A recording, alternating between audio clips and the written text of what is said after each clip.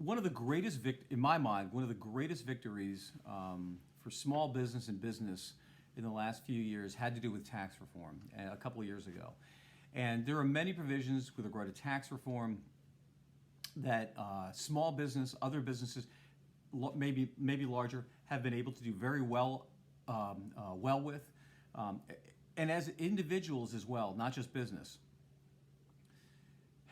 Last year, about a year and a half ago, the administration had pushed for what was called Tax Reform 2, which is basically taking the components of the original tax reform package from 2 years ago and making certain provisions, or actually all provisions, permanent. There are provisions within tax reform that have a sunset clause that will sunset in the next few years. Tax Reform 2 should be a big issue.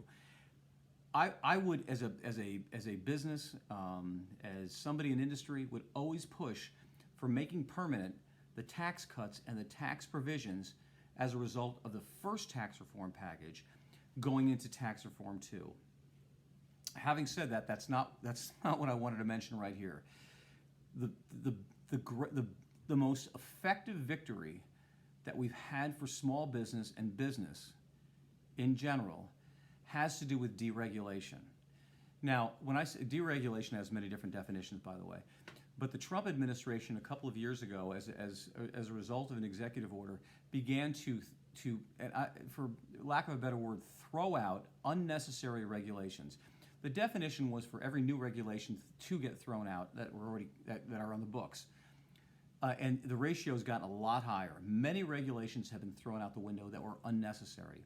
This is really important that industry understand this, because that's a trend to allow people, to allow businesses to be able to not only thrive, but deregulation is something the Trump administration had put in place, but not because they were trying to throw regulations out the window, but because what they were really saying, in essence, deep down, was that when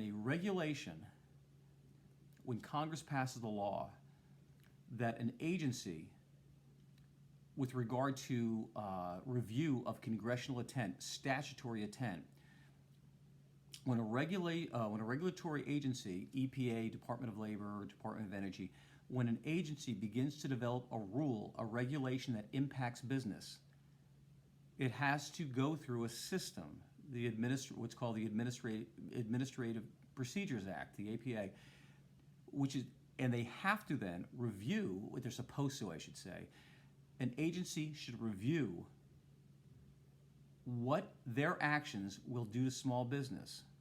It's a review process. It's called SBREFA, Small Business Review. And it's a panel that's set up that's to review data and research to understand how a regulatory action is going to impact small business. That has absolutely been gone around for not in the last few years, prior to that for many years. The last couple of years, the Trump administration has held agencies' feet to the fire to say, if you're going to develop a rule, a regulation, and you're going to make small business or business live under that rule, that guidance, we want to make sure, we want to see the review process that you've conducted and how that's going to impact small business. That's very, very important, because that all has to do with, I think, something that's been misunderstood when I've heard many people say, well, the Trump administration has just thrown out a bunch of regs. That's not accurate.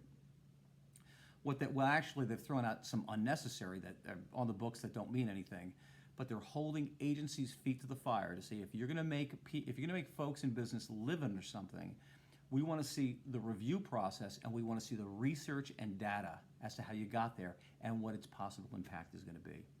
So, as you think about associations, firms, anyone that you're industry, whoever you're affiliated with, begin to think about things to go up on a Capitol Hill with and talk to the agencies. The deregulation process in the last couple of years under the Trump administration is, in my heart, absolutely one of the main reasons why this economy is so thriving.